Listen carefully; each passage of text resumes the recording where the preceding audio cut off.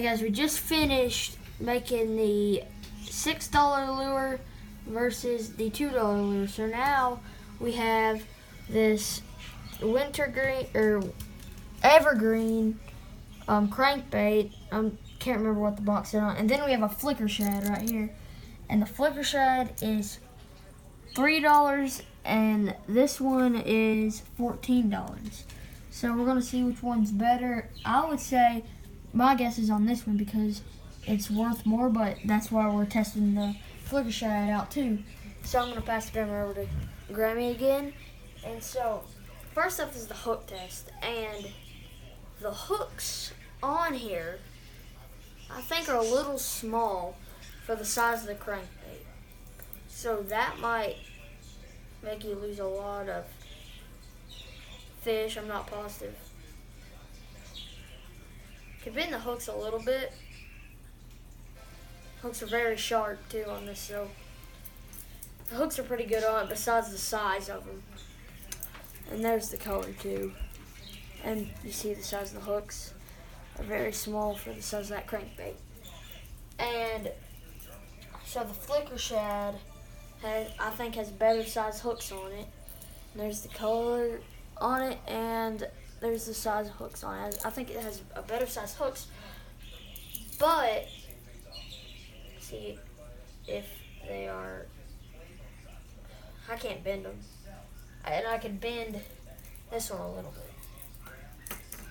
And the hooks on here, they're not as sharp. Oh, maybe? Yeah. I think they're about the same on the sharpness of the hooks, but these hooks I think are better sized on the flicker shad, and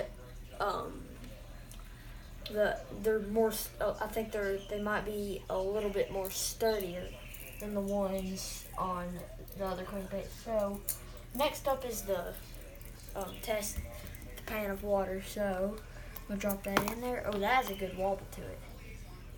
That has a really good wobble. Pouring it a little fast, so I don't know if you can really see it that well. But if you look closely, you can see a really good tight wobble. So I say the wobbles on this one is very good. So hooks a little bit small, but the wobble on this one is very good. It's like it darts to the side more than say like anything or like any other crankbait besides the flicker shad. I don't know. I've used the flicker shad a lot, but I never have really looked at it in the water. So right here, let's see. Oh, I'm not pulling it fast enough. So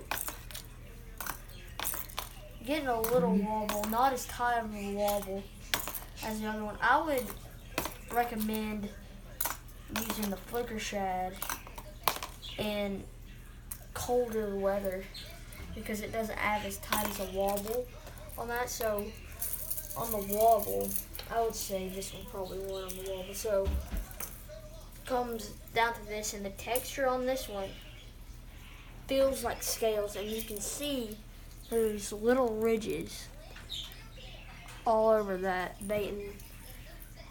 So it feels like scales going on there. So that could either make the fish hold on longer, could make them let them go faster. My experience with using the flicker shad, it makes them hold on longer because of scales. But on this one, there's this one little patch that feels like scales, and that's the stripe going right down through there.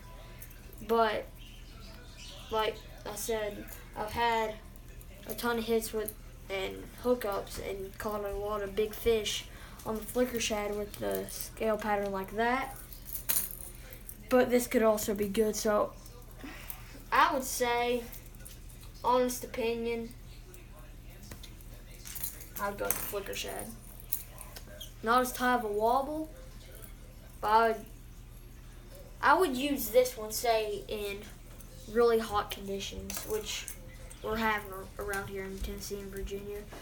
But flicker shad is good for year round basically, because I've used it year round and caught a bunch of fish on it.